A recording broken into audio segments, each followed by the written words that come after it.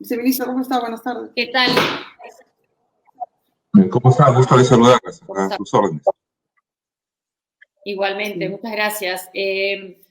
Doctor, bueno, para comenzar esto que acabo de comentar, hay un congresista que está participando en un Zoom, en una reunión donde la premisa de donde se parte es que la vacunación va a ser obligatoria. ¿Va a ser así? Bueno, en principio, cualquier intervención de salud pública tenemos que verla de dos perspectivas, ¿no? Como práctica individual es voluntaria, o sea, ninguna vacuna es obligatoria en el país en que se pueda exigir, digamos, a los padres, en caso de menores de edad o de los adultos. Es una práctica voluntaria como cualquier atención médica. La única vacuna que es obligatoria, según Reglamento Sanitario Internacional, es la vacuna para la fiebre amarilla, que es un requisito para ingresar a determinados países. Es la única que aparece en el Reglamento Sanitario Internacional. O sea, como práctica individual, la vacuna es la mejor Okay, entonces no va a ser obligatoria la vacuna. Así. Sin embargo, déjeme darle la otra perspectiva. O sea, uno puede pensar, no, yo tengo derecho a vacunarme o no vacunarme, pero desde el punto de vista de salud pública, solamente se va a lograr controlar la transmisión de la epidemia si la mayor parte de la población está vacunada. O sea, que se vacune la mayor parte de la población también es de interés para poder detener la transmisión de la epidemia, ¿no? No solamente es un acto personal, sino es un acto solidario y de responsabilidad ciudadana frente a toda la población. Ya, pero ¿eso cómo se traduce en de salud pública? ¿En obligatoriedad o no obligatoriedad? No, el Ministerio cumple con poner a disposición de toda la población la vacuna, ¿no? Igual que todas las demás vacunas, ¿no? Con la recomendación de que deben vacunarse, ¿no? Pero no se puede exigir, por ejemplo, el estar vacunado o no para cualquier otra situación, ¿no? Todo eso debe estar claro para que la población lo entienda. Es una recomendación. El decir que es obligatoria significaría que existan normas, leyes que lo exijan, o transacciones que no se podrían hacer, como por decir un viaje o una movilización de una persona si tiene o no vacuna, ¿no? En estos momentos no es obligatorio. Por ejemplo, algunos trámites que no se pueden hacer cuando uno no vota, por ejemplo. Ah, claro, a eso me refiero, ¿no? Bien, como le digo, la pandemia es nueva, el reglamento sanitario puede cambiar en algún momento, en el futuro la vacuna podría ser necesaria para viajes internacionales cuando un país quede libre de la enfermedad y para poder prevenir la reintroducción de la enfermedad, al igual que se hizo para la fiebre amarilla, podría haber una normatividad al respecto, pero en estos momentos aún estamos en la fase como general, ¿no? Como de todas nuestras vacunas, es una práctica de responsabilidad del individuo y de los padres en el caso de los menores, ¿no? En el tema de la vacuna, digamos, antes, ¿se escucha bien? Yo le escucho bien, sí. Perfecto, no. Antes de entrar al tema de la vacuna, quisiera preguntar, digamos, ha habido desde que empezó todo, ya vamos a cumplir 9 meses con la pandemia en Perú, que se supone que hemos tenido, en vez de tener una primera ola, hemos tenido como olas sucesivas por regiones, y estamos a la espera, desgraciadamente, de la segunda ola o olas sucesivas. La discusión que ha habido en todos estos 9 meses, una de las discusiones era lo poco alejado o la relación un poco conflictiva entre científicos y médicos, que creo que con la última renuncia de la comisión del MINSA, que eran asesores científicos, como que es ya como la gota que rebalsa el vaso, y que, digamos, y se ha expresado esta separación entre que, por ejemplo, en Perú hayan más pruebas serológicas que moleculares, que no haya habido un seguimiento cualitativo de los contagiados, los exámenes todavía no terminan de hablar del tema de la seroprevalencia. ¿Usted cree que a partir de ahora va a haber una mejor relación entre esos equipos que no se sienten escuchados por el Estado, específicamente el MINSA o el INS? Bueno, muchísimas gracias por la pregunta. Ha tocado varios puntos importantes que, si me permite, puedo detallar cada uno. Lo primero, primer concepto que quisiera darles es la forma de la evolución de la epidemia, que llamamos la primera ola, por decir, depende de cada país. En países europeos que son altamente comunicados entre sí, la evolución es más o menos homogénea, ¿no? Porque rápidamente los infectados van de una región a otra y entonces se ve casi como una sola ola homogénea. En países como el nuestro, muy heterogéneo, ¿no? Tenemos una costa muy interconectada por la carretera panamericana, una zona andina más dispersa y una zona amazónica aún más dispersa. Lo que tenemos, como usted dice, ¿no? O sea, cada epidemia va empezando en su momento. El primero fue Lima, después la costa norte, después la ciudad de Iquitos, más tarde fue el sur. Los departamentos del sur fueron los que tuvieron las epidemias más tarde. Por eso decíamos que debemos ver la epidemiología regional, el comportamiento de cada curva epidémica para saber en qué momento de la epidemia estamos, ¿no? Y ahora, respecto a la magnitud, digamos, que hemos tenido, permítame decirle con estas palabras, el Perú no tuvo una primera ola, tuvo un tsunami, porque realmente la ola pandémica ha sido gigantesca en nuestro país, que superó toda capacidad que teníamos para poder atender pacientes. Ha sucedido en casi todos los países del mundo. Los países más desarrollados del mundo se han visto impactados por una gran cantidad de demanda que no ha sido podido... Totalmente de acuerdo en eso. Nos sorprendió y nos encontró, por supuesto, como país todavía en vía de desarrollo. No estábamos preparados, pero por ejemplo, el MINSA recién ha cambiado, después de 5 meses, las disposiciones sobre el trato para COVID ambulatorio. O sea, insistieron permanentemente en la hidroxicloroquina y en la ivermectina, y recién el 20 de noviembre han retirado, por ejemplo, ivermectina y dejado solo ivermectina para casos a criterio médico. ¿No hubo una demora ahí en seguir la tendencia mundial a que era no recomendar ya más esos medicamentos?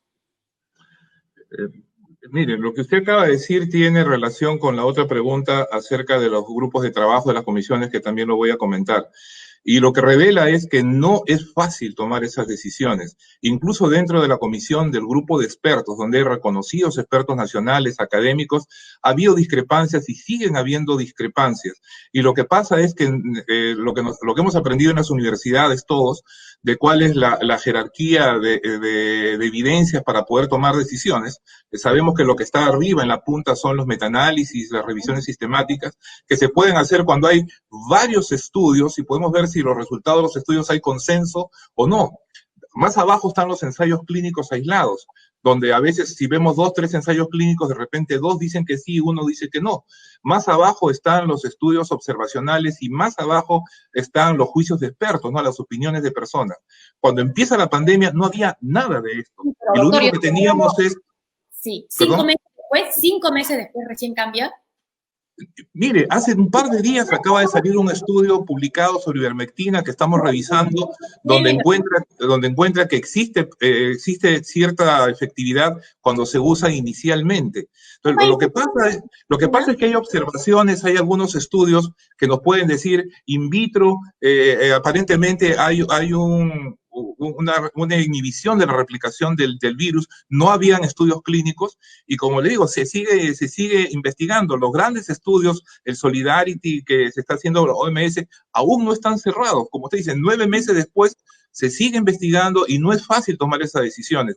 Lo que hacemos en medicina es primero no hacer daño y recomendar lo que se sabe hasta ese momento. No se sabía la eficacia de la ivermectina y la hidroxicloroquina, no estaba comprobada, no había evidencia científica que dijera que era útil. Exactamente, por eso lo único que teníamos son algunos estudios in vitro, cuando digo in vitro es en laboratorio, que habían demostrado que había inhibición de la replicación del virus, y por otro lado algunas experiencias aisladas de que en algunas poblaciones cuando se había dado tempranamente tenía cierto efecto. Entonces el comité sugirió, y hasta ahora, de que podía utilizarse en un momento inicial, no en pacientes ya con una enfermedad avanzada, grave, sino en pacientes que están en una etapa inicial. Es muy complejo. Para eso hay un equipo de expertos asesor del MINSA, y como les digo, se iniciaron estudios nacionales para tener nuestra propia evidencia. Acaba de salir una publicación reciente. Podemos ir tomando... ¿No sería el momento de cambiar ese grupo de expertos? Sí, no, o sea... ¿No sería el momento más bien para cambiar ese grupo de asesores? Ya, les comento, o sea, como deben haber escuchado, tenemos un plan que le hemos llamado así plan de preparación frente a una eventual segunda ola pandémica. Este plan tiene 8 objetivos estratégicos y lo que hemos planteado es para cada objetivo estratégico del plan se va a contar con un comité ad hoc de acuerdo al objetivo. Lo que pasa es que hemos tenido 14 grupos de trabajo no vinculados directamente con los equipos de toma de decisiones. Por eso yo conversé con la doctora Patricia García, ella estaba descontenta, que me decía, nosotros mandamos recomendaciones, pero el Ministerio de Salud no las tomaba en cuenta. Y eso no era tan exacto, porque muchas de las recomendaciones de la doctora García han sido tomadas por el Instituto Nacional de Salud.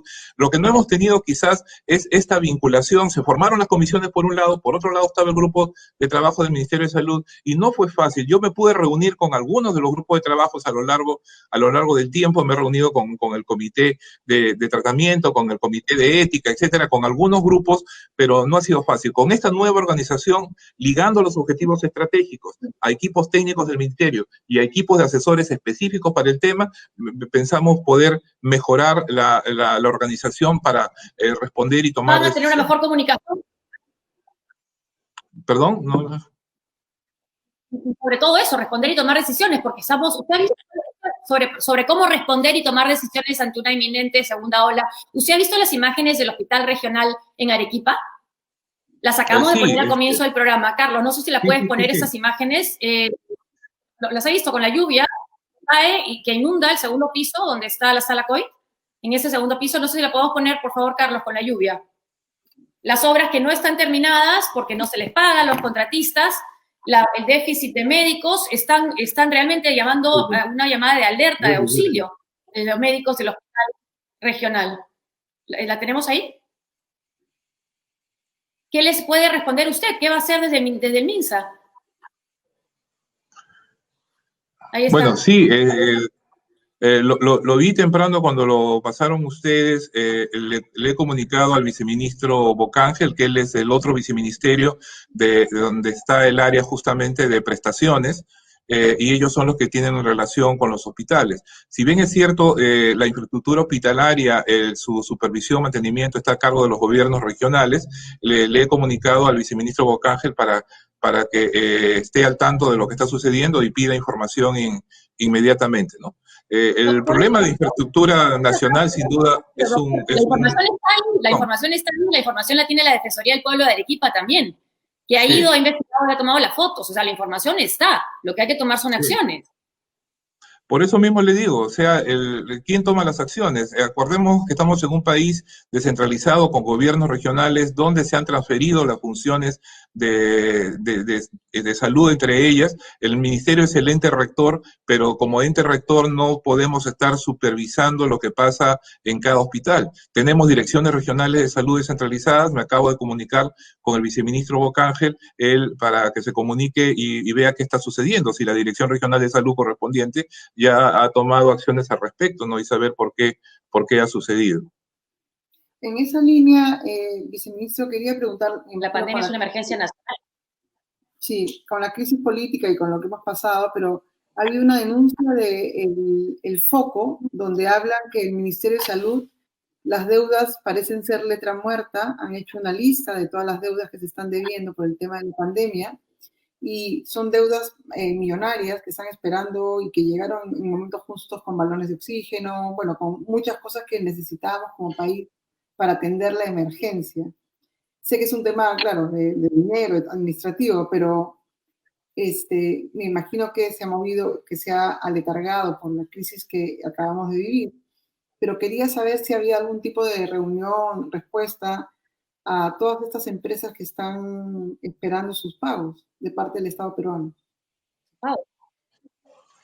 No tengo detalle. Para eso hay un equipo de trabajo, digamos, tenemos el Centro Nacional de Adquisiciones, que es CENARES. En cuanto a las compras que se hacen a nivel nacional, pueden haber también compras directas a nivel a nivel regional. Voy a hacer la consulta, no está en mi área específica. Yo, como les dije hace un momento, el ministerio tiene 2 viceministerios. Yo estoy en el lado del viceministerio de Salud Pública, el otro viceministerio está en el lado de prestaciones y aseguramiento, donde se ve todo lo que es infraestructura hospitalaria. Voy a ver inmediatamente el tema. Como ustedes me preguntaron al inicio, yo creo que hay varios puntos que me competen a mi área y que podría contribuir. Han hablado, por ejemplo, de los estudios de cero prevalencia, de las pruebas rápidas, del plan de segunda ola, bueno, estoy a disposición. Bueno, a ver, no, quisiera saber, en el tema de aerosoles, ¿hay algún avance, algún estudio en el cual ya se empiece a organizar una estrategia para evitar una segunda ola basada en aerosoles, que es contagiarse en una sala, contagiarse de COVID y no pensar en que se pueda esto usar en colegios, teatros, todos los espacios cerrados para no volver a caer en esta segunda ola, pero sabiendo que a través de aerosoles nos podemos contagiar? Mire, la forma en que se producen estas epidemias la tenemos muy clara. Lo que no sabemos es lo siguiente. Sabemos que cualquier epidemia que se transmita de persona a persona a través de la vía respiratoria, en ausencia de una vacuna o de un tratamiento eficaz, lo que tenemos que tener es distanciamiento para evitar que el virus pueda llegar a la otra persona, uso de mascarillas de protección, evitar aglomeraciones, evitar contacto con otras personas. A menor cantidad de contacto con otras personas, la probabilidad de infectarme va a ser menor. Esto es claro y está en todos los libros de ciencia frente a estas enfermedades. Le decía, ¿cuál es el problema? ¿Cómo hacemos para que eso sea posible? Y me adelanto a la respuesta. En nuestro país, si toda la población, cuando empezó la pandemia, hubiéramos podido tener un confinamiento real, y a eso me refiero, quedarnos en casa todos, se hubiera interrumpido la transmisión de la epidemia. El virus no podría atravesar las ventanas y salir a la calle. Pero la gente empezó a salir porque tenía necesidad económica, porque tenía que trabajar para buscar el sustento, para poder alimentarse. Si hubiéramos tenido la capacidad de hacer un confinamiento estricto y poder dado los requerimientos de alimentación que necesitaban las familias o de sustento económico para que no pudieran salir, hubiéramos interrumpido la transmisión. Ahora mismo que la transmisión es baja, siguen habiendo casos, a pesar que ya podemos salir a trabajar y podemos salir a la calle, sigue habiendo transmisión. Y la única manera es que no cumplamos con las medidas. La transmisión por aerosoles requiere ciertas condiciones, como que haya en un espacio pequeño cerrado personas que están gritando, hablando a la vez, cantando, conversando, sin protección, sin mascarilla, ¿no? Entonces, y justamente las recomendaciones que damos son para evitar esas situaciones. Estamos liberando como país, o sea, liberando en el sentido de permitiendo cada vez más actividad económica, más interacción de personas, pero si no respetamos las medidas tan sencillas como mantener la distancia, usar la mascarilla, no salir si no es necesario, no habría transmisión. No habría transmisión. Hemos entrevistado la semana pasada a un científico español, José Luis Jiménez, que él habla que no solo es esa manera de contagiarse, sino que en espacios cerrados como una escuela, usar una tabletita de CO2 para medir más o menos cuánto se está intercambiando con la otra persona, garantiza que se puedan tener clases en las que los alumnos no se contagien, lugares como teatros, restaurantes, donde la gente tenga determinado cómo evitar el contagio a través de aerosoles, que es no el descubrimiento, pero en el camino, como usted dice, hemos aprendido muchísimas cosas, pero lo que no hemos escuchado del gobierno peruano es qué se puede hacer con el tema aerosoles. Le vuelvo a decir, las partículas que salen de saliva al momento de toser, al hablar, al conversar, son de diferente tamaño, ¿no? Las partículas más grandes se van a caer y las partículas medianas pueden tener metro y medio de distancia y pueden ingresar a las vías respiratorias de la otra persona, y hay partículas mucho más pequeñas que quedan suspendidas en el aire y esas son las que se llaman aerosoles.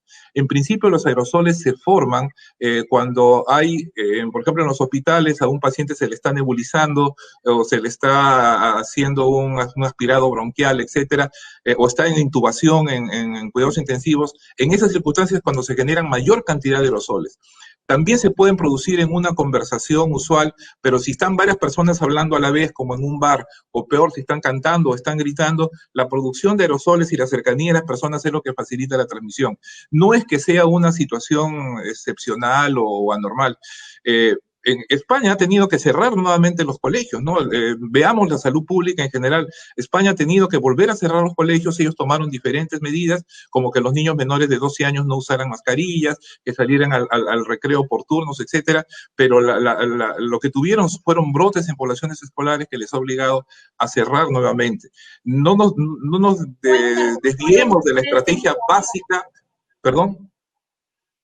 No y como usted, como Ministerio de Salud, como Ministerio de Salud, ¿qué recomendaciones le dan al Ministerio de Educación sobre el reinicio de clases en marzo? Todo dependerá del momento epidémico que estemos viviendo, ¿no? Mi obligación como salud pública es mantener una vigilancia epidemiológica lo más estricta posible para poder determinar si vuelve a incrementarse la transmisión en algún lugar. En las condiciones que estamos ahora de muy baja transmisión, nos permite poder nuevamente reaperturar muchas actividades, pero estamos en alerta. Si en caso vuelve a incrementarse el número de casos, tendremos que tomar medidas restrictivas nuevamente, ¿no? Yo he hablado... ¿Cuál sería el indicador? ¿En qué se basarían? ¿Cuál sería el indicador para determinar si se vuelve a clases presenciales o no? ¿El número de contagios? ¿Cuál sería las hospitalizaciones? ¿Cuál sería el número, la cifra que sería importante conocer para determinar si se puede o no volver al colegio presencialmente? No hay un valor, no es muy difícil establecer valores, ¿no? El otro día participé en una reunión escuchando una discusión en Europa donde están diciendo cuál es la cifra crítica para volver a tomar medidas de confinamiento general, si el 5% de ocupación de unidades de cuidados intensivos, si el 25% de ocupación de cuidados intensivos. Aquí en nuestro país vivimos con el 100% de ocupación de cuidados intensivos. Antes de la pandemia ya teníamos un déficit de hospitalización y nuestra situación era crítica. Nuestra capacidad hospitalaria, nuestra capacidad de cuidados intensivos siempre ha estado al límite. Entonces, miren, si nos pasamos en indicadores europeos, estamos ya en crisis de poder demandar una nueva atención. Es difícil. Probablemente durante los próximos 2 años vamos a tener que tomar medidas de usar permanentemente mascarilla, de mantener el distanciamiento social, de empezar a replantearnos la educación, el trabajo. Tenemos que replantearlo mucho y cómo poder reducir el riesgo. No hay, digamos, una decisión final, pero cualquier indicador que nos hable de que nuevamente empieza a haber transmisión en el país y con una transmisión que va hacia arriba, nos va a obligar a tomar nuevamente medidas restrictivas. Entonces, ¿cuál sería el indicador a tomar en cuenta? ¿Cuál sería el indicador a tomar en cuenta para regresar o no a clases? Los indicadores son las tasas de incidencia, que es el número de casos sobre población, pero más que un número es la tendencia. O sea, hasta ahora va disminuyendo, ¿no? Hasta ahora tenemos ya varias semanas con disminución. Si empezamos a ver que en una región empieza a subir, eso nos va a hacer tomar medidas inmediatamente. No es un valor, no hay un umbral que debajo de acá toma una decisión, debajo de esto toma otra decisión. Es la tendencia de cómo evoluciona la enfermedad. ¿Qué información tenemos también? Porque la ministra de Salud, Pilar Macetti, que ha sido ratificada en el cargo, ha dicho que el 35% de la población de Lima ha tenido COVID, según estudios cero prevalencia. Esto lo ha dicho ante el Congreso. Pero eso es algo que también había dicho el presidente del Consejo de Ministros, Walter Martos, el 25 de octubre. También lo mismo, 35%. La misma cifra, un nuevo estudio. ¿Qué ha pasado entre octubre y noviembre? Ok, gracias. Mire, la cero prevalencia, déjeme definirla, es la proporción de personas de una población que tienen anticuerpos para una determinada enfermedad. No quiere decir que tienen la enfermedad en ese momento, sino que la han tenido en algún momento y ahora lo que encontramos son los anticuerpos en la población. ¿Qué nos permite saber eso? Por un lado nos permite saber qué porcentaje de la población ya tiene anticuerpos protectores y qué porcentaje de la población no. Entonces, en una población donde la mayor parte de la población no tiene anticuerpos, es aún susceptible, existiría mayor probabilidad de que aparezca una siguiente epidemia o una siguiente ola. Por eso la importancia de hacer estos estudios que se están haciendo en todo el mundo. Se hicieron primero un estudio de cero prevalencia en Lima que se realizó en el mes de julio, donde se encontró que en promedio, para Lima, en promedio había un 25% de la población que ya tenía anticuerpos. Algunas regiones hicieron también por iniciativa de sus equipos de epidemiología estudios. Lambayeque encontró 30% y la ciudad de Iquitos se encontró 70%, que es el dato más alto que se ha encontrado hasta ahora. Lo que se ha iniciado es un estudio nacional de cero prevalencia que se ha empezado por Lima y Callao. El valor que mencionó el general Martos se presentó en una de las reuniones del Consejo de Ministros en la cual yo participé, y eso fue una proyección en base al 25% inicial de julio. El estudio de Lima estaba todavía en curso, pero como usted comprenderá, es un muestreo, así como en las elecciones se van dando el muestreo, los resultados al 80, 90, 95%, igual. Era un estudio muy preliminar, donde más o menos veíamos que 35% era la prevalencia ya en Lima. El estudio aún no ha terminado. Se ha terminado ya, digamos, el 90% de la muestra en Lima y el tamaño de muestra aproximadamente está entre 35 y 38% la cero prevalencia que se ha identificado, con diferencias al interior de Lima. En la zona de distritos más, digamos, centrales de Lima, estoy hablando de Miraflores, San Isidro, Jesús María, Lince, está alrededor del 30%, mientras que en los distritos periféricos, en los conos, está entre 40 y 45%. Entonces, lo que estamos viendo es un promedio de lo que pasa en Lima. Se está haciendo en estos momentos, este fin de semana se termina el Callao y tenemos... O sea, el 35%. Es el promedio para Lima metropolitana. ¿Aló? ¿Hola? Lo que dijo el ministro Martos, lo que dijo el exministro Martos es 35%, lo dijo en octubre. Un mes después, la ministra Macetti también ha dicho 35% ante el Congreso. Es el mismo estudio, es la misma cifra, no cambió nada. No es el mismo estudio, no es el mismo estudio. Era un muestreo preliminar que se había hecho en Distrito Centinela de Lima, y este se está haciendo en la totalidad de distritos de Lima, ¿no? Le llamamos centinela cuando no se hace en el 100%, sino se toma un muestreo de algunas regiones. Y un mes después se ha vuelto a hacer ya con el 100% de los distritos de Lima, que es lo que se va a presentar el informe en los próximos días. Como le digo, este es un adelanto al 90% más o menos de la muestra. Cuando uno va a una casa, toca la puerta y le dice a la familia, su familia salió sorteada para hacer un estudio, existe una posibilidad de que la familia no quiera hacerse el estudio, no se haga la prueba.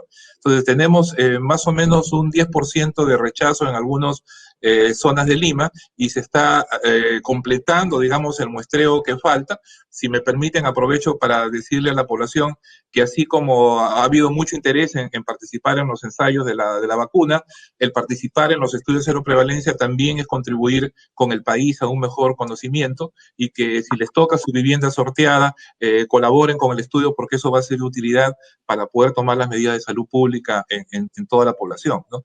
Y les vuelvo a decir, está entre 35 y 38% más o menos en el intervalo de confianza.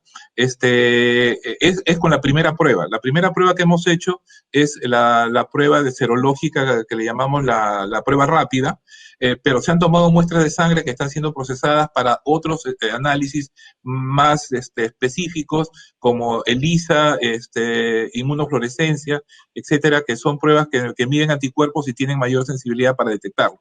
Entonces, en las próximas semanas vamos a tener quizás resultados más precisos, pero ya nos permite adelantar y saber que en Lima aproximadamente el 65% de la población aún es susceptible.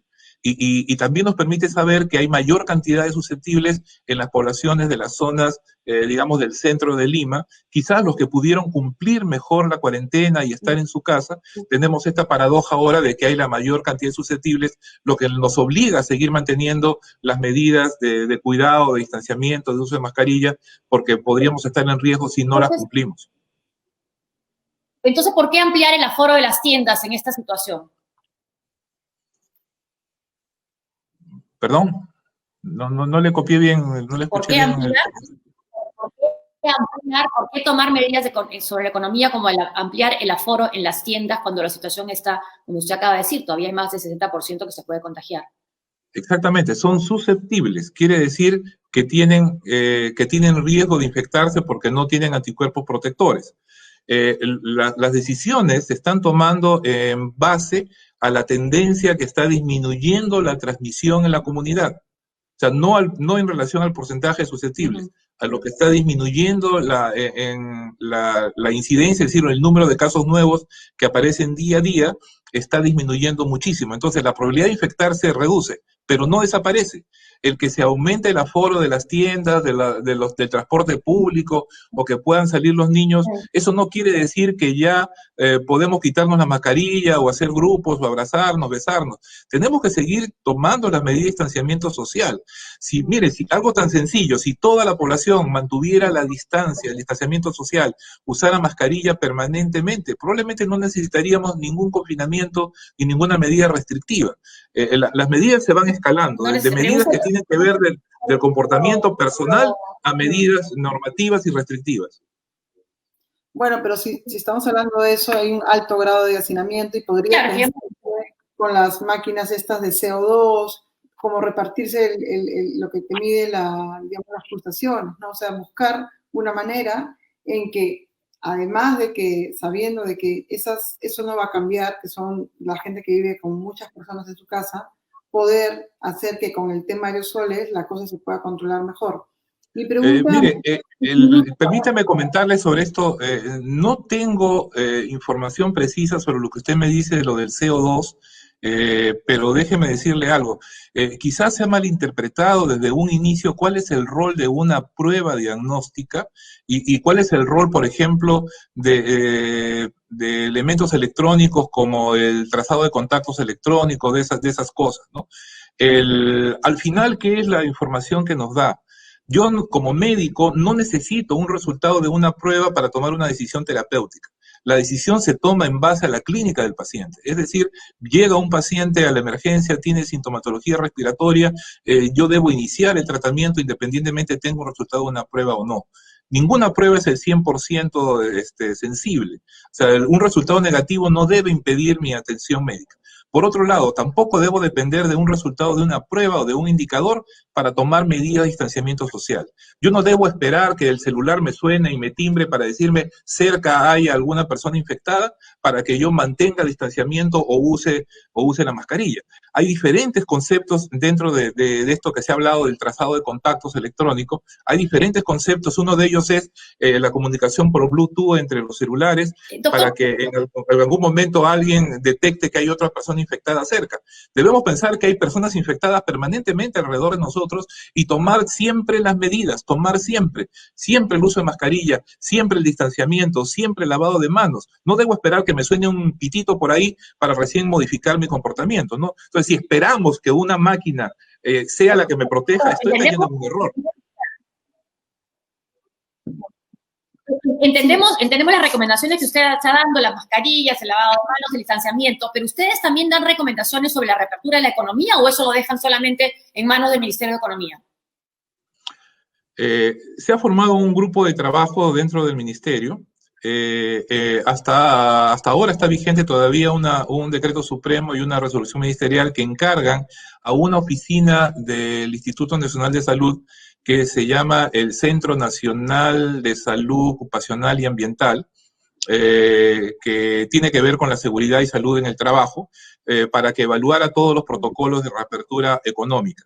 además de esa dependencia, por quién pasan todas las propuestas de protocolo, o sea, todas las propuestas de protocolo que vienen, por ejemplo, de los gimnasios, las discotecas, los colegios, o sea, y son evaluados por ellos. Hace una semana hemos formado un grupo funcional que está coordinado por la Dirección de Promoción de la Salud, que son los que tienen que ver con comportamiento de personas, los que están analizando también y buscando las estrategias.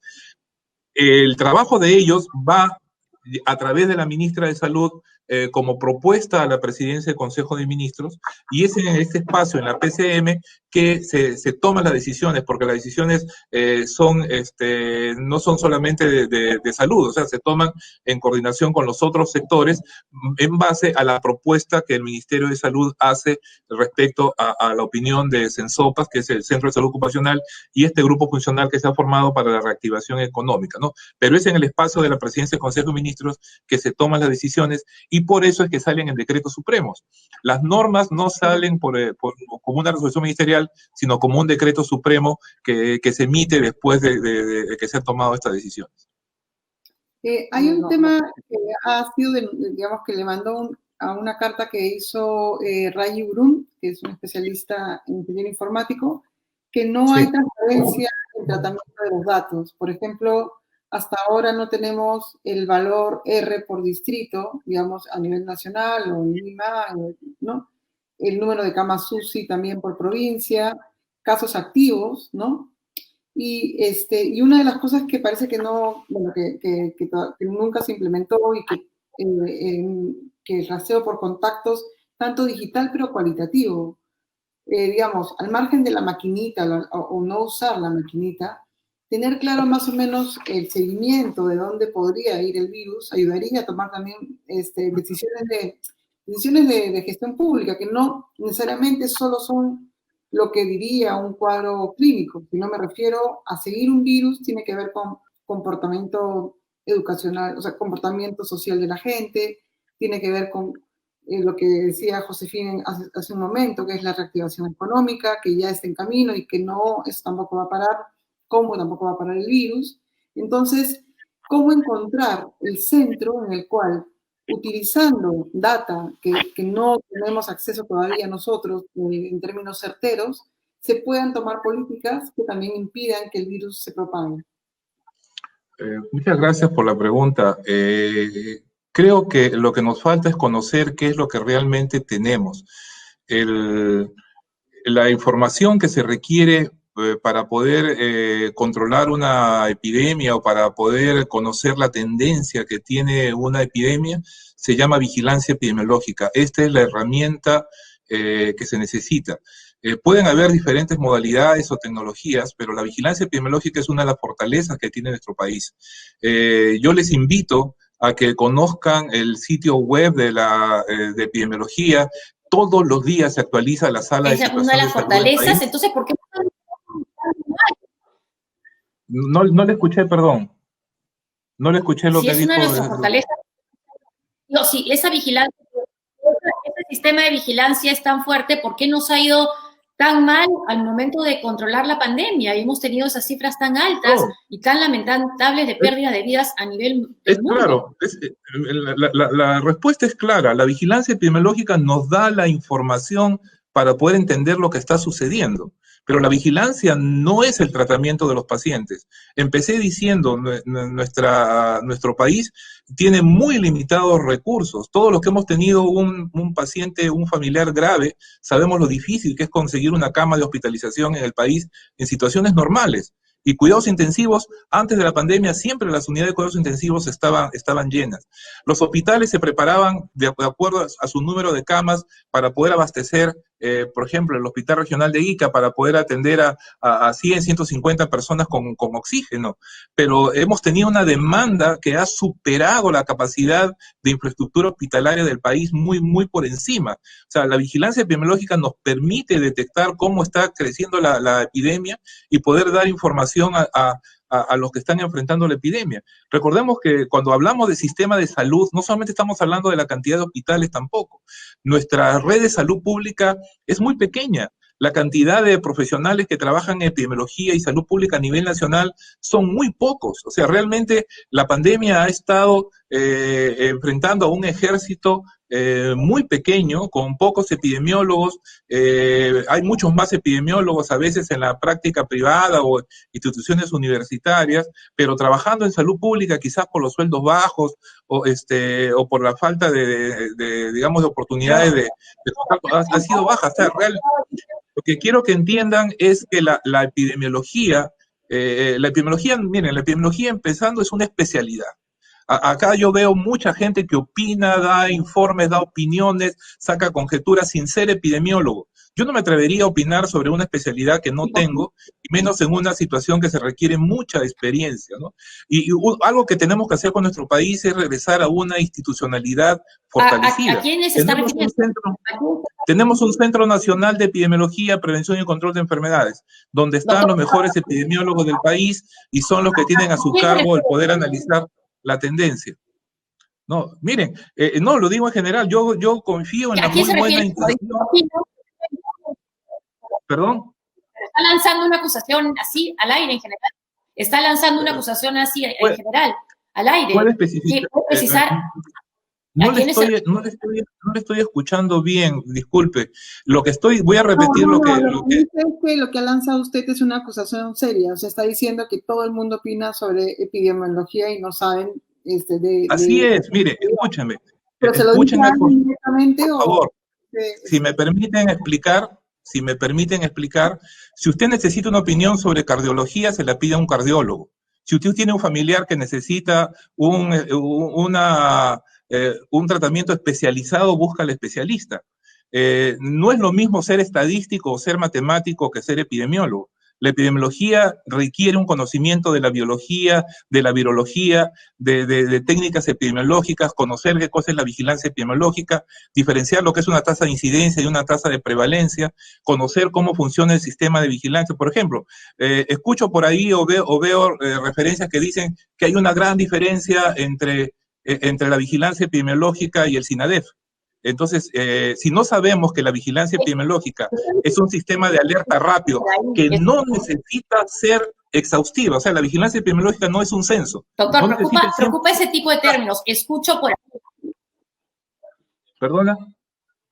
No, me parece que es, digamos, sería mejor que usted, doctor, dice escucho por ahí. Usted dice escucho por ahí. Quisiéramos saber a quién está escuchando usted.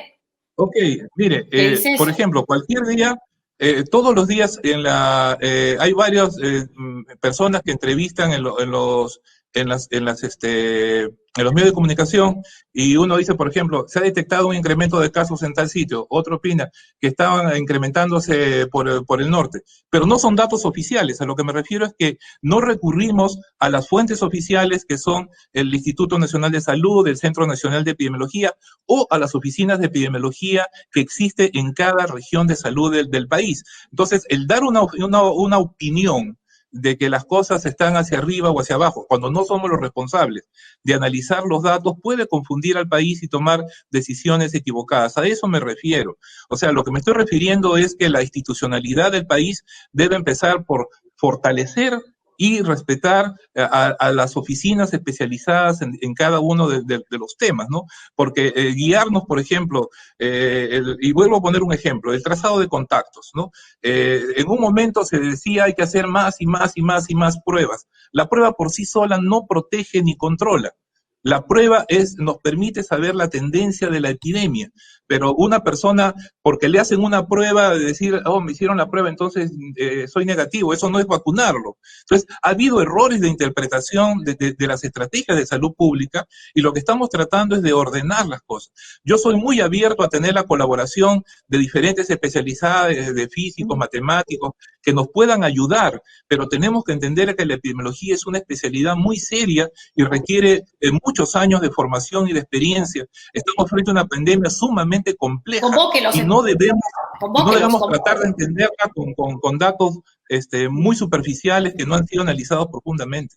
No, pero por ejemplo, Open COVID es la que reúne información de los gobiernos regionales, la información que da, la información de los gobiernos regionales en términos de salud, con la información que da el MINSA. ¿no? Sí. Y hay una gran discrepancia en estos números. Entonces, a lo que se refieren la gente que estaba viendo el tema, que no son epidemiólogos, es que las cifras no están bien contadas. Entonces, si no tenemos A eso me refiero. o sea, si no A tenemos eso una me refiero, a eso me refiero exactamente. A eso me refiero. Si me permite, le voy a explicar, por ejemplo, un solo de los números. La vigilancia epidemiológica es una herramienta de la salud pública, la cual se basa de establecimientos de salud designados como unidades notificadoras del sistema de vigilancia. O sea, en principio no es el 100% de los establecimientos de salud, sino establecimientos estratégicos. En Perú tiene cerca de 8.000 establecimientos. Desde el inicio de la pandemia, estos establecimientos empezaron a reportar los casos de COVID-19, los fallecidos confirmados, fallecidos sospechosos. Esto era vigilancia. En paralelo, tenemos lo que es el Sistema Nacional de Certificado de Función, el SINADEF. El SINADEF viene de todos los médicos que dan un certificado de función en el aplicativo y registra las muertes. SINADEF no exige una prueba de laboratorio para que un médico pueda poner ahí diagnóstico COVID-19.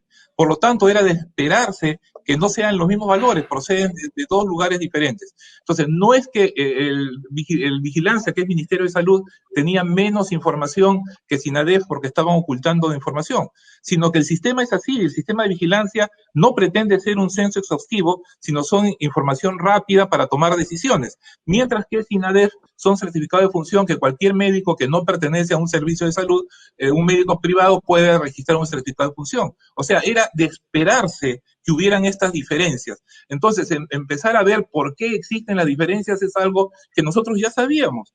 Igualmente, mire, yo he tratado de corregir con el nuevo director de epidemiología el correcto uso de las pruebas. Si yo hoy día hago más pruebas serológicas y tengo pacientes que son seropositivos, no quiere decir que sean nuevos contagiados. Son personas que pueden haberse infectado meses atrás y estoy encontrando los anticuerpos.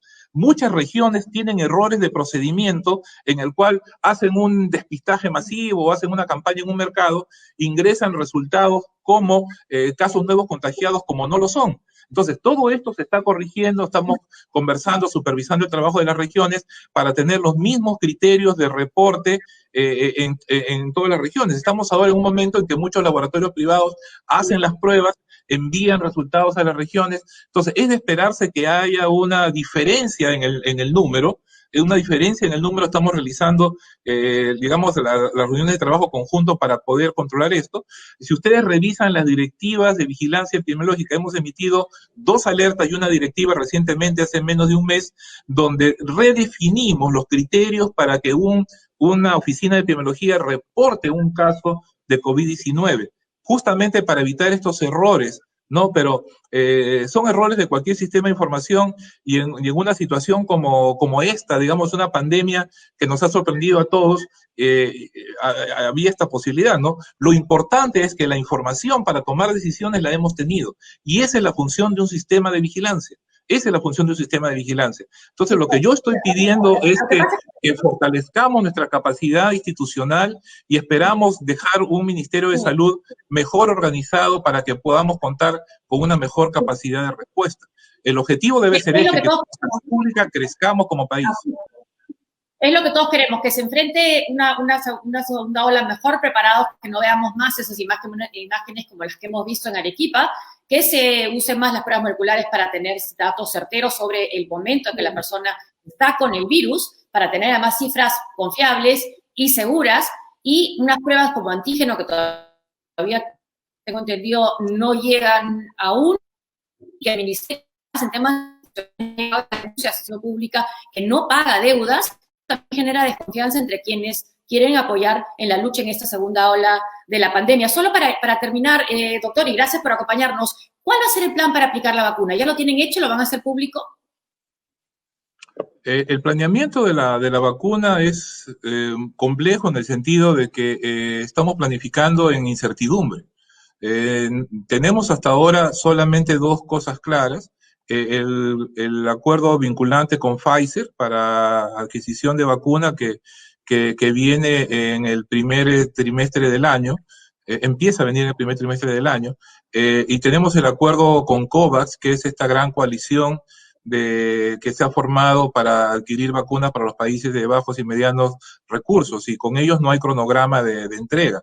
Entonces, si estamos en un ambiente de incertidumbre, cuando todavía ninguna vacuna en el mundo ha culminado sus ensayos clínicos en fase 3, ni tampoco han sido ninguna todavía aprobada, lo que nos queda es tener listo todo lo demás. Y ya empezamos, hace 2 semanas, ha empezado un curso de capacitación a nivel nacional, es una serie de cursos, tanto operativos para las personas que van a vacunar, tanto para los que van a encargarse de la gestión, de la gerencia de los programas de vacunación a nivel regional y local. Es un curso nacional con más de 12.000 participantes que está llevando a cabo la Escuela Nacional de Salud Pública.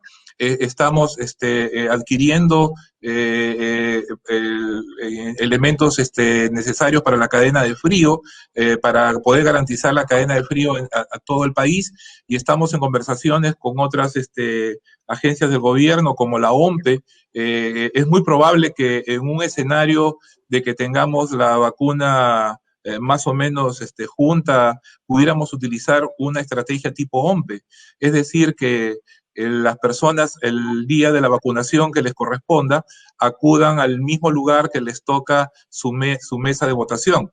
No quiero decir, por favor, que se va a vacunar y votar el mismo día, no. Es decir, utilizar la organización que ya tiene la OMPE, que es la distribución de toda la población mayor de 18 años a nivel nacional en centros de votación, que se convertirían en centros de vacunación. Pero esto depende si es que logramos tener una gran cantidad de vacunas relativamente juntas para utilizar esta estrategia. Si no tenemos esta opción, si no tenemos... ¿Perdón? ¿Cuál fue la razón por la cual el gobierno dejó que se compre la vacuna Oxford AstraZeneca, que vale de $2 a $3 y no tiene una cadena de frío tan sofisticada como la de Pfizer, que vale $20? Sí. Que la cadena de frío es muchísimo más cara. Ninguna.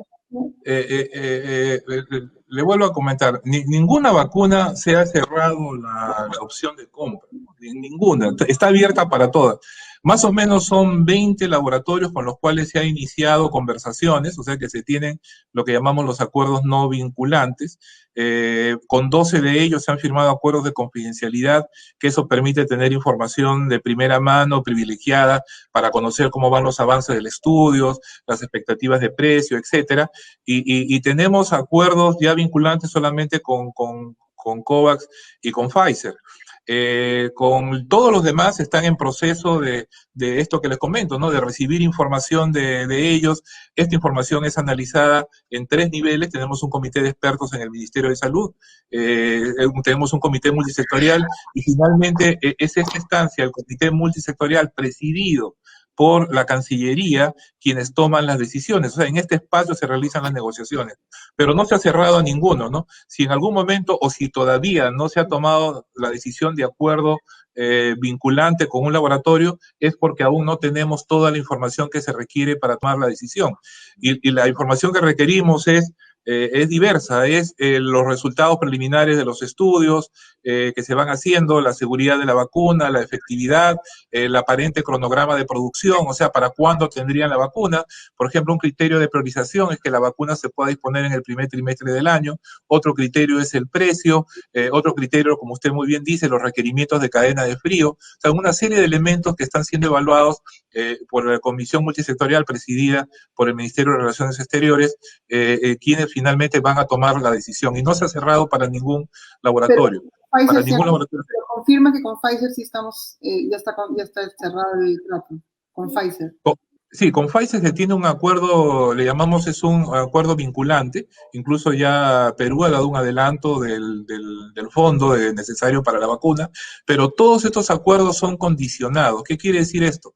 Que la condición es que el ensayo clínico culmina satisfactoriamente, demostrando efectividad y seguridad de la vacuna, y que es aprobada por una agencia reguladora internacional como la FDA de los Estados Unidos o como EMA de Europa. O sea, no vamos a comprar definitivamente una vacuna que no haya terminado un ensayo satisfactoriamente y que sea aprobada por un mecanismo de regulador internacional, ¿no? Que puede ser también la misma Organización Mundial de la Salud, ¿no? Entonces, el acuerdo es como quien dice, yo separo con una cuota inicial, si me quiero comprar un vehículo, pero si más adelante sale una alerta de que ese vehículo está defectuoso, entonces ya no lo compro, ¿no? Entonces es igual, o sea, es como ¿y por qué se hizo con Pfizer? Porque teníamos toda la información que requeríamos de cronogramas, etcétera. Ahora, este problema de la cadena de frío de Pfizer también ya lo tenemos más claro. Si bien es cierto, por un lado estamos adquiriendo las congeladoras menos 70 grados que se requieren, a fin de mes deben llegar 2 congeladoras que se están trayendo a través de la Organización Panamericana de la Salud. Sin embargo, Pfizer ya nos ha explicado que el sistema que tienen ellos es que los paquetes fríos donde viene la vacuna pueden llegar hasta el mismo lugar donde se va a realizar la vacunación. Es decir, si determinamos que la vacuna de Pfizer va a ir a tales departamentos, su logística de Pfizer nos permite llegar en condiciones de frío óptimo al mismo lugar. Entonces tampoco es tan crítica la situación que se había dicho, que en menos 70 grados no vamos a tener la vacuna almacenada un mes. O sea, la vacuna va a llegar y se va a distribuir rápidamente para que sea utilizada. Ahora, ¿quiénes tienen prioridad? ¿A quiénes se va a vacunar primero? Ok, son 3 momentos. ¿A quiénes se va a vacunar primero? Sí, son 3 momentos, digamos, de 3 objetivos de la vacunación. El primer objetivo es mantener la capacidad de respuesta de los servicios de salud. Y por lo tanto, el primer grupo a vacunar serán los trabajadores de salud, los que tienen que ver directamente con la atención de pacientes con COVID, para poder garantizar la continuidad de los servicios de salud. El segundo grupo prioritario son todos los que tienen riesgo de enfermar gravemente, como los mayores de 60 años o los que tienen comorbilidades, como enfermedades crónicas, etcétera, que se han descrito. Y el tercer objetivo es detener la transmisión, y para detener la transmisión necesitamos tener inmune a más del 70% de la población, y entonces aquí es donde entra toda la población mayor de 18 años del país, que es la que podemos vacunar ahora, porque aún no hay ensayos clínicos que se estén realizando en personas menores de 18 años, no se ha evaluado la vacuna en ellos. Objetivo para el 2021, vacunar a toda la población mayor de 18 años del país, que más o menos hemos calculado entre 22 y 24 millones para nuestro país. Y 3 momentos sucesivos, ¿no? Dependiendo de si la vacuna llega junta o por partes. Mantener los servicios de salud que sigan operativos, vacunando a los trabajadores de salud que están en la primera línea de atención, y también de las fuerzas aliadas, como la policía, el ejército, etcétera, que nos ayudan a mantener el orden. En segundo lugar, las personas que tienen elevado riesgo de hacer formas graves de la enfermedad, mayores de 60 años, personas con comorbilidades, etcétera. Y en tercer lugar, para poder detener la transmisión de la enfermedad, vacunar a todos los mayores de 18 años. Este es el orden que hemos planteado. Doctor, solo para cerrar. Sí, solo para cerrar, queríamos que en una próxima ocasión sería bacán que nos explique por qué las cifras entre fallecidos MINSA, fallecidos DIRESA y subregistros INADEF son tan grandes, ¿no? En una es 35.785, que es MINSA, DIRESA dice 47.700.009 y SINADEF 8.7.200. Solo, digamos, esto es de tarea, perdón, sí. Porque si no... No, está muy bien. Está muy bien, está muy bien, es un interés común, déjeme decirle solamente un par de cositas. La enfermedad respiratoria aguda, es decir, lo que conocemos como neumonías, es la primera causa de muerte en el país, desde hace muchísimos años. Hay un libro que publicamos con el Ministerio de Salud, con la Oficina de Epidemiología, hace un par de años, sobre tendencias de mortalidad en el Perú, y hace 30 años que las neumonías, la enfermedad respiratoria aguda, es primera causa de muerte en el país. Entonces, sabiendo que es un problema tan frecuente, tan prevalente en nuestro país, imagínense una emergencia durante la pandemia de COVID, que llega un paciente con una enfermedad grave de los pulmones y fallece. ¿Fue COVID? ¿Fue una neumonía de las que siempre teníamos? ¿Fue influenza? La única manera de saberlo es con una prueba específica de laboratorio. En casi todos los países del mundo consideraron una muerte confirmada por COVID al que tenía un PCR positivo, fallecido con PCR positivo. Si esos 35.000 que vemos arriba son fallecidos que tienen PCR, y en el Perú se consideró también una prueba rápida con IgM, que es el anticuerpo que aparece primero, como consideración de que es un fallecido confirmado. Pero gran cantidad de los fallecidos que llegaron también al sistema de vigilancia son personas que no tenían ninguna prueba de laboratorio, fallecieron con un cuadro clínico compatible con COVID. Y vuelvo a comentar, los que llegan al SINADEF son certificados de función, y el certificado de función no tiene registro de laboratorio, o sea, el médico puso COVID.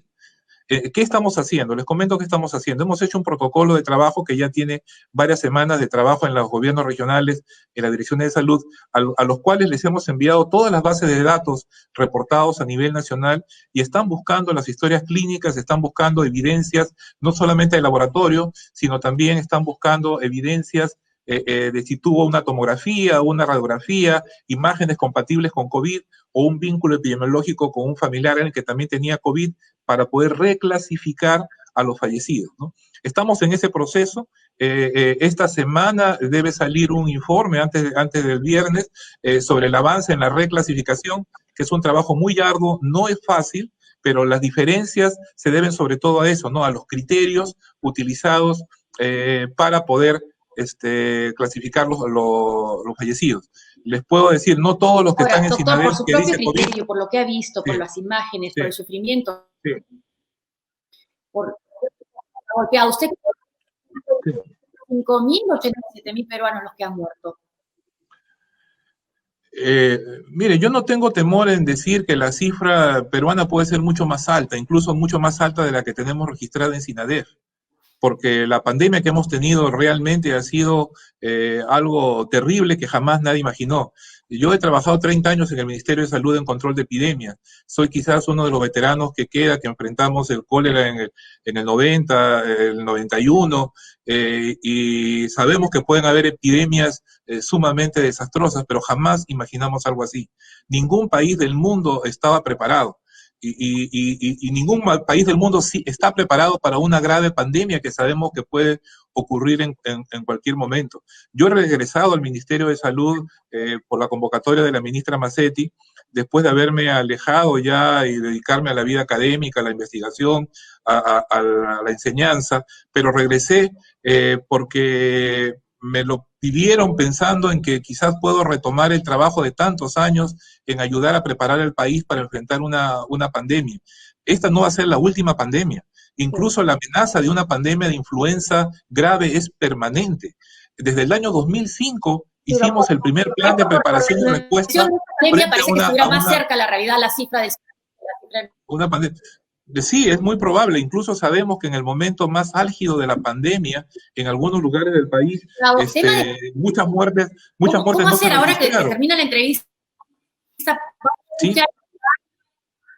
No le estoy escuchando. ¿Va a poder usted alertar a la ministra de lo que está pasando ahí? Perdón, no le escuché. ¿Usted va a poder alertar ahora que terminemos esta entrevista con las imágenes que hemos visto? Sí, sí, va a poder alertar. Con las imágenes que hemos visto sobre la situación en el hospital de Arequipa, lo que hemos hablado, las cifras. Con la ministra tengo conversación permanente todos los días. Las imágenes que usted nos mencionó del hospital lo comuniqué de inmediato al viceministro Bocángel, al viceministro de Prestaciones y Aseguramiento. Vuelvo a hablar con él en unos minutos, seguro que ya se han comunicado para saber qué está sucediendo. No, le puedo decir, la ministra está al tanto de todo el trabajo que estamos realizando para mejorar el sistema de información, y si me permite dar como último mensaje, debemos retomar la salud pública en su verdadero sentido. La salud pública es la salud de toda la población. Y no solamente es la salud de toda la población, sino la salud de toda la población realizada por todos. Si hemos vivido en un mundo donde pensamos en la salud individual, yo me preocupo de tener mi mejor seguro de salud, mi mejor médico donde atender, pero perdemos la perspectiva de cómo yo como ciudadano puedo colaborar, o como institución, a la salud pública. Sufrimos lo que hemos sufrido, una pandemia que nos ha encontrado un país débil, con un sistema de salud pública muy debilitado, donde hemos pensado más en la salud individual, hemos pensado más en el hospital o en el médico especialista que en la organización básica de los servicios de salud. Y lo que estamos tratando es de dejar las bases para poder recuperar una organización de salud pública que nuestro país necesita, requiere, y es la única manera de poder estar preparado para la próxima gran pandemia, que vivir en un mundo globalizado nos tiene un permanente riesgo que esto vuelva a ocurrir más pronto de lo que imaginamos. Bueno, doctor, muchísimas gracias por la entrevista, gracias por su tiempo. Muchas gracias. También decirle al viceministro lo que comentamos. Muchas gracias. Estoy muy agradecido a ustedes, que bueno, la comunicación la comunicación es la principal herramienta que tenemos en salud pública y ustedes nos ayudan mucho en eso. Esperamos verlo pronto. Hasta luego. A sus órdenes. Muchas gracias, doctor.